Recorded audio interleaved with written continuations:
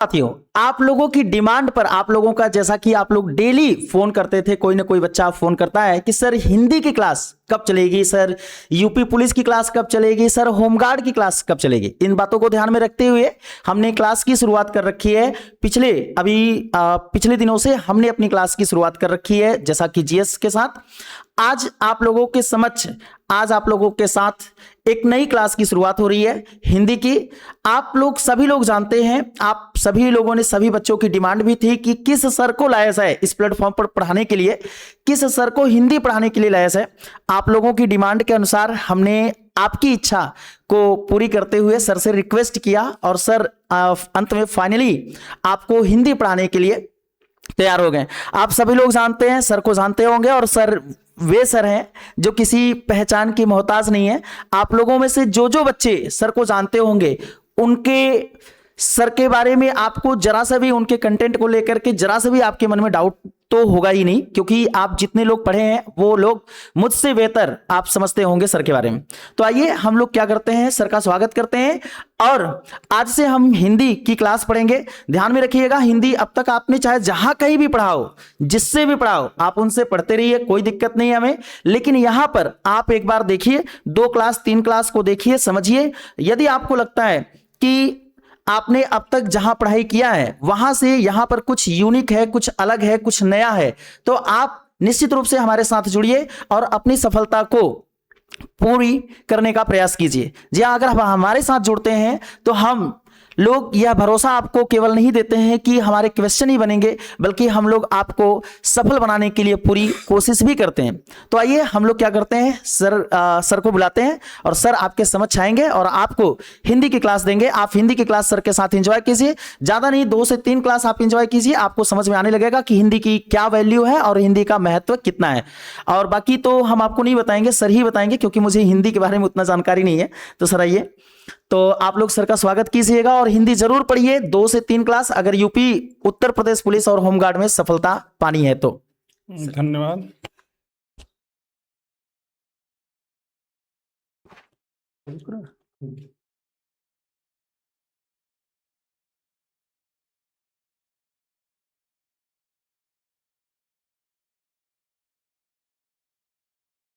धन्यवाद 3P sir. तो जैसा कि इन्होंने बताया कि अब आपकी कक्षा हिंदी की नियमित रूप से चलेगी, तो हम आज शुरुआत करते हैं कि व्याकरण क्यों पढ़ना चाहिए, क्या इसकी आवश्यकता है। तो वास्तव में एक आप बहुत बचपन से पढ़ते आए होंगे कि व्याकरण वह विद्या है, ऐसे आप पढ़ते रहे होंगे कि व्याकरण वह विद्या है जिसके माध्यम से हमें शुद्ध शुद्ध बोलना, शुद्ध शुद्ध लिखना, शुद्ध शुद्ध पढ़ना आ जाए, वही व्याकरण है। थोड़ा सा और आगे बढ़े तो आपको ये और थोड़ा सा अच्छा शब्द मिला कि व्याकरण वह शास्त्र है जिसके माध्यम से हमें शुद्ध शुद्ध बोलना, शुद्ध शुद्ध लिखना, शुद्ध शुद्ध पढ़ना आ जाए, वही क्या है, व्याकरण है। क्योंकि व्याकरण का संबंध भाषा से होता है। जितनी भाषाएं हैं उन्हीं का ही व्याकरण है। आप हिंदी, अंग्रेजी, उर्दू, संस्कृत, इन सब का ही व्याकरण है। तो व्याकरण का सीधा संबंध किससे होता है, भाषा से होता है। और हमारे अभिव्यक्ति का माध्यम क्या है, भाषा है। अभिव्यक्ति मतलब कि विचारों को व्यक्त करने की क्षमता। हमारे विचार व्यक्त कैसे करते हैं, हम बोल करके, लिख करके, संकेतों के माध्यम से, यानी अभिव्यक्ति का माध्यम लिखना, पढ़ना और बोलना है। लिखना, पढ़ना, बोलना है, और ये सब का संबंध किससे है, भाषा से है। तो व्याकरण का संबंध सीधे सीधे भाषा से होता है।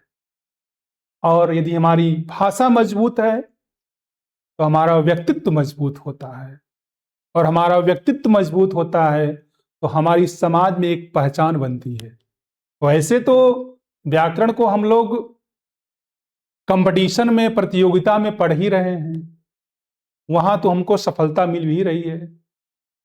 साथ ही साथ यदि आप शुद्ध शुद्ध जब बोलते हैं, शुद्ध शुद्ध लिखते हैं, शुद्ध शुद्ध पढ़ते हैं, तो उसी के द्वारा आपकी पहचान होती है कि फला व्यक्ति जानकार है, फला व्यक्ति को कुछ आता है, उसे भाषा की पकड़ मजबूत होती है। तो सीधे सीधे भाषा वह साधन है जिसके माध्यम से हम अपने विचारों का आदान और प्रदान करते हैं। हालांकि बाबूराम सक्सेना ने परिभाषा दिया कि जिन ध्वनि चिन्हों के द्वारा हम परस्पर विचार विनिमय करते हैं उसे हम भाषा कहते हैं। कामता प्रसाद गुरु ने कहा कि विचारों के आदान प्रदान के लिए हम जिस माध्यम का प्रयोग करते हैं वह भाषा है। तो भाषा का सीधा संबंध जो है, यानी व्याकरण का सीधा संबंध भाषा से है। अब आइए जानते हैं कि व्याकरण किसे कहते हैं। तो अभी चर्चा हुई कि व्याकरण वह शास्त्र है जिसके माध्यम से हमें शुद्ध शुद्ध बोलना, शुद्ध शुद्ध लिखना, शुद्ध शुद्ध पढ़ना आ जाए, वही क्या है, व्याकरण है। और जो व्याकरण शब्द है, अब जानते हैं कि व्याकरण शब्द में उपसर्ग क्या है, प्रत्यय क्या है। परीक्षाओं में प्रश्न पूछ रहा है कि व्याकरण जो शब्द है, जो व्याकरण शब्द है, ये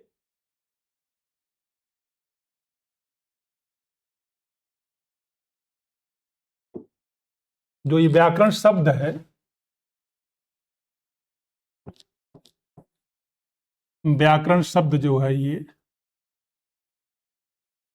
इस व्याकरण शब्द में उपसर्ग कितने हुए हैं। जैसा कि आप जानते हैं उपसर्ग जो किसी शब्द के पहले लगता है, तो जैसे व्याकरण में एक उपसर्ग वी है और एक उपसर्ग आ है। ये दो उपसर्ग से ये शब्द बना हुआ है। इसमें दो जो है उपसर्ग है और इसमें क्री धातु है। ठीक, वी और आ उपसर्ग है, क्री धातु है और इसमें अन प्रत्यय लगा हुआ है। ठीक, अन जो है ये प्रत्यय है, समझिएगा, और ये उपसर्ग है। जैसा कि आप जानते हैं उपसर्ग वे शब्दांश होते हैं जो किसी शब्द के पहले लगते हैं, और प्रत्यय वे शब्दांश होते हैं जो किसी शब्द के बाद लगते हैं। तो जो व्याकरण आपका शब्द है, इसमें दो उपसर्ग वी और आ, अन जो है प्रत्यय लगा हुआ है और इसमें क्री धातु है। इस तरह से आपके इस व्याकरण शब्द का निर्माण हुआ है। और व्याकरण की अगर परिभाषा आप बहुत बचपन से पढ़ते आए होंगे, कक्षा 6, 7, 8, 9 की कक्षाओं में, कि व्याकरण वह विद्या है जिसके द्वारा हमें शुद्ध शुद्ध लिखना, शुद्ध शुद्ध पढ़ना, शुद्ध शुद्ध बोलना आ जाए, वही क्या है, व्याकरण है। और थोड़ा सा और हम आगे बढ़ते हैं तो व्याकरण वह शास्त्र है जिसमें हम शब्दों का विवेचन करते हैं। एक शब्द लेते हैं, जैसे मान लीजिए हमने लिखा कमल, है ना। अब अगर इसका विवेचन करना हो तो इसमें का कैसे बना है, मां कैसे बना है, ला कैसे बना है ना, इनका हम विवेचन करते हैं। तो व्याकरण वास्तव में जो है शब्दों का विवेचन करता है। और ऐसे सामान्य रूप से व्याकरण वह शास्त्र है जिसके हम खंड खंड करके, टुकड़े टुकड़े करके जिसका हम ज्ञान प्राप्त करते हैं, उसे हम व्याकरण कहते हैं। हम देखिए शुरुआत हम वर्ण से करते हैं, हम यहां से करते हैं, हम यहां से करते हैं, है ना, हम यहां से करते हैं, यहां से करते हैं, यानी एक छोटी से छोटी इकाई को लेकर के हम वाक्यों की तरफ बढ़ते हैं, शब्दों की तरफ बढ़ते हैं, है ना, वाक्यों की तरफ बढ़ते हैं, फिर एक हम पैराग्राफ बनाते हैं। यानी पहले हम वर्ण को पढ़ते हैं, फिर उसका हम शब्द बनाते हैं, फिर वाक्य बनाते हैं, फिर पैराग्राफ बनाते हैं। तो खंड खंड करके उसका ज्ञान प्राप्त करना ही एक तरह से क्या है, व्याकरण है। और व्याकरण जो है वो भाषा का विषय है। तो सामान्य रूप से हमें भाषा भी जानना चाहिए, भाषा किसे कहते हैं। तो भाषा, ये शब्द जो है भाषा, ये शब्द कैसे बना, ये संस्कृत के भाष धातु से बना है। संस्कृत से बना है भाष धातु से, जिसका अर्थ होता है कहना। भाषा संस्कृत के भाष धातु से बना है, जिसका अर्थ होता है कहना। सामान्य रूप से हम इसकी अगर बिना किसी विद्वान के अनुसार, बिना किसी भाषा शास्त्री के अनुसार अगर इसकी परिभाषा हम जानना चाहें तो हम कह सकते हैं कि विचारों के आदान प्रदान के लिए हम जिस भी माध्यम का प्रयोग करते हैं वो क्या होती है, भाषा होती है। और भाषा ही हमारे व्यक्तित्व की पहचान होती है। हर व्यक्ति की पहचान कपड़े से नहीं है, उसकी खूबसूरती से नहीं है, वो काला है, गोरा है, छोटा है, बड़ा, कुछ नहीं।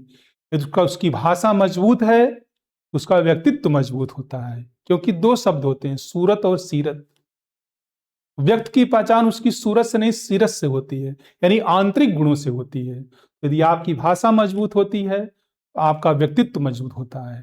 क्योंकि जॉनसन नामक एक विद्वान कहते थे कि भाषा विचारों की पोशाक होती है। यानी कहने का मतलब यह है कि हम कपड़े तो पहने हैं, वो हमारी पोशाक है, लेकिन वास्तविक पोशाक हमारी भाषा है।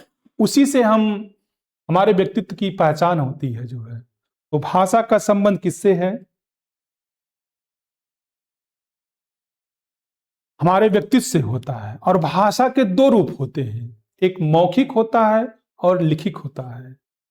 भाषा के दो रूप होते हैं, मौखिक और लिखित होता है। और अब यदि आपके सामने ये प्रश्न किया जाए कि मौखिक और लिखित में पहले कौन है, तो सबसे पहले मौखिक है, लेकिन यह अस्थाई होता है। भाषा के दो रूप, मौखिक और लिखित। सामान्य रूप से हम कह सकते हैं कि भाषा के दो रूप हैं, मौखिक और लिखित जो है। लगे हाथ, अब भाषा पढ़ रहे हैं, थोड़ा सा लिपि भी जानने जो है। भाषा के लिखित रूप को सामान्य रूप से, बिना किसी परिभाषा के, भाषा के लिखित रूप को हम लिपि कहते हैं। जैसे हमारी लिपि कौन है, हिंदी की लिपि क्या है, देवनागरी लिपि में हम जो कुछ लिखते हैं वह देवनागरी लिपि में हम जो है लिखते हैं जो है। तो अब हम आगे बढ़ते हैं। भाषा, मेरे हिसाब से भाषा आप समझ लिए होंगे, व्याकरण किसे कहते हैं ये भी समझ लिए होंगे। और अब थोड़ा सा हम अपने इस क्लास को आगे बढ़ाते हैं, भाषा से आगे चलते हैं। तो भाषा से आगे चलते हैं तो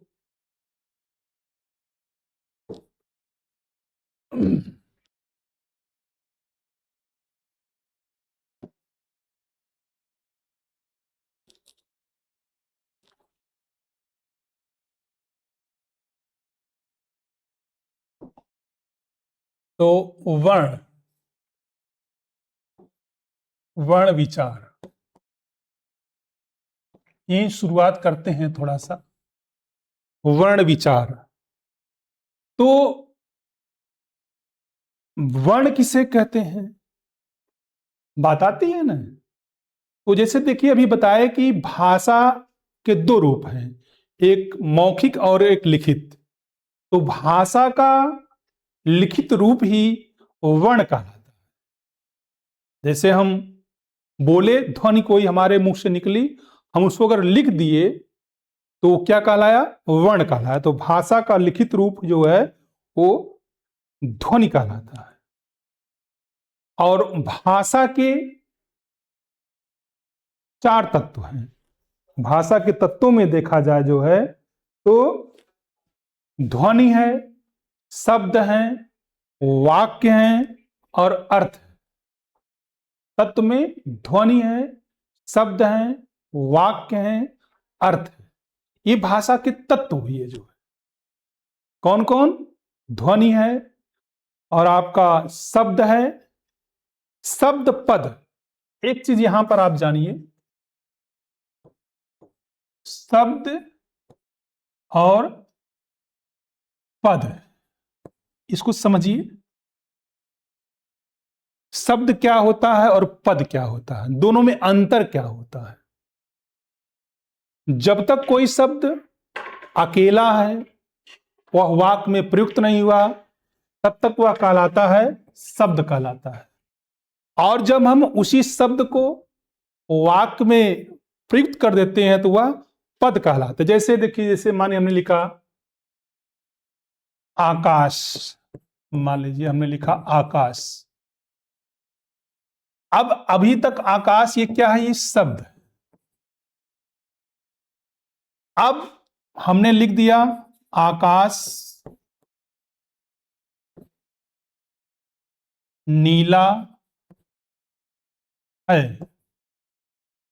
अब देखिए यहां पर 3 पद हो गए, 1 2 3। यानी कहने का मतलब है जब तक कोई शब्द अकेला है तब तक वह शब्द है। जब हम उसी शब्द को वाक्य में प्रयुक्त करते हैं तब वह क्या बनता है? पद बनता है। तो ये कहने का मतलब यह है कि जब तक कोई शब्द अकेला है तब तक वह शब्द कहलाता है, और जब हम उसी शब्द को वाक्य में प्रयोग करते हैं तब क्या बनता है? वो पद बनता है। तो शब्द और पद में यही अंतर होता है। आपसे पूछ सकते हैं, कोई जनरली पूछ सकता है कि भाई शब्द और पद में क्या अंतर है, तो आप ऐसे कहें सामान्य रूप से, बहुत आसान भाषा में, कि जब तक कोई शब्द अकेला है, वाक्य में प्रयुक्त नहीं हुआ है, तब तक वह शब्द है। और जब वही शब्द किसी वाक्य में प्रयुक्त हो गया तब वह क्या कहलाता है? पद कहलाता है। तो शब्द और पद में मेरे हिसाब से आप अंतर समझ गए होंगे। ऐसे अभी और समझिए थोड़ा सा। ऐसे हमने कहा कि यह मेरी पुस्तक है। ठीक, यह मेरी पुस्तक है। अभी देखिए आप यहां पर ये 4 शब्द हैं। ठीक, अभी हमने लिख दिया यह मेरी पुस्तक है। अब देखिए यहां पर 1 2 3 4, यहां पर 4 पद बन गए। ये पद है, इसीलिए वाक्य की परिभाषा जब होती है तो हम सामान्य रूप से कहते हैं कि पदों का व्यवस्थित समूह जो एक निश्चित अर्थ देता है उसे हम वाक्य कहलाते हैं। हालांकि यह भी है कि शब्दों का व्यवस्थित समूह जो एक निश्चित अर्थ देता है उसे हम वाक्य कहते हैं, लेकिन उससे और बेहतरीन परिभाषा हो सकती है कि पदों का व्यवस्थित समूह जो एक निश्चित अर्थ देता है उसे हम वाक्य कहलाते हैं। तो ध्वनि, शब्द, वाक्य, अर्थ। अब थोड़ा सा आगे बढ़ते हैं हम लोग जो है।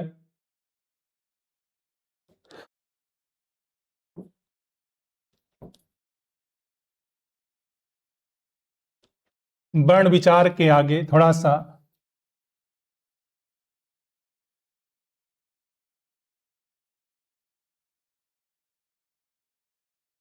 आपसे कोई पूछे सामान्य रूप से कि भाषा की सबसे छोटी इकाई क्या है, तो आप क्या बताएंगे? भाषा की सबसे छोटी इकाई ध्वनि है। भाषा की सबसे छोटी या सबसे लघुतम इकाई क्या है? ध्वनि है। ठीक। अगला प्रश्न पूछे, भाषा की सबसे छोटी सार्थक इकाई क्या है? शब्द है। ध्यान देते जाइएगा। भाषा की सबसे छोटी लघुतम इकाई क्या है? ध्वनि है। भाषा की सबसे छोटी सार्थक इकाई क्या है? शब्द है। अगला, भाषा की सबसे छोटी व्याकरणिक योग्यता प्राप्त इकाई क्या है? पद है। भाषा की सबसे छोटी व्याकरणिक योग्यता प्राप्त इकाई क्या है? पद है। और भाषा की पूर्ण सार्थक इकाई, भाषा की पूर्ण सार्थक इकाई क्या होगी? वाक्य होगी। ठीक। तो ये देखिए, भाषा की सबसे छोटी लघुतम इकाई ध्वनि, भाषा की सबसे छोटी सार्थक इकाई शब्द, भाषा की सबसे छोटी व्याकरणिक योग्यता प्राप्त इकाई पद, और भाषा की पूर्ण सार्थक इकाई क्या है? वाक्य है। तो ये भाषा से संबंधित इसमें से एक प्रश्न आपको जरूर मिलेगा कि भाषा की सबसे छोटी इकाई ध्वनि है, सबसे छोटी इकाई या सबसे लघुतम इकाई। भाषा की सबसे छोटी सार्थक इकाई शब्द है। भाषा की सबसे छोटी व्याकरणिक योग्यता प्राप्त इकाई पद है, और भाषा की पूर्ण सार्थक इकाई क्या है? वाक्य है। ठीक। तो मेरे हिसाब से आप ये समझ गए होंगे कि भाषा का अर्थ, परिभाषा, भाषा के तत्व और भाषा के सबसे छोटी इकाई, सबसे छोटी सार्थक इकाई, सबसे छोटी व्याकरणिक योग्यता प्राप्त इकाई, और ये भाषा की पूर्ण सार्थक इकाई वाक्य। मेरे हिसाब से आपको इतना समझ में आ गया होगा। तो अच्छा, इस ध्वनि को हम स्वनिम भी बोलते हैं। एक चीज आप और जानिए, यहां पर ध्वनि को हम स्वनिम के नाम से जानते हैं। आपको ये जानना चाहिए कि ध्वनि को हम जो है स्वनिम के नाम से, इसको हम लोग फोनेम्स के नाम से भी जानते हैं। फोनेम, ये भी जो कि बदलते हुए पैटर्न में, कभी आपसे पूछ लिया कि भाषा की सबसे छोटी इकाई, मान लीजिए उसमें ध्वनि न दिया हो, स्वनिम दिया हो, तो आपका स्वनिम विकल्प भी सही होगा। जो है फोनेम भी दिया हो, ये भी सही होगा। तो आपको जानना चाहिए स्वनिम, ध्वनि सब एक ही चीज है। तो भाषा की सबसे छोटी इकाई स्वनिम भी अगर परीक्षा में आया, विकल्प में है, और मान लीजिए उसमें ध्वनि न दिया हो, स्वनिम दिया हो, तो आपका स्वनिम सही होगा। तो इस तरह से आप और जान सकते हैं कि भाषा के तत्व में जाने आपकी ध्वनि है, शब्द है, पद है ना?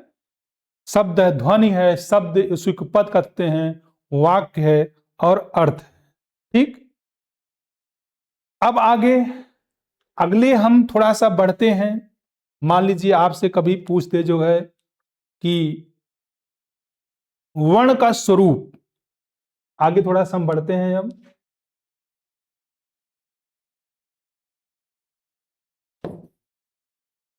कुछ मेरे हिसाब से आप समझ गए होंगे।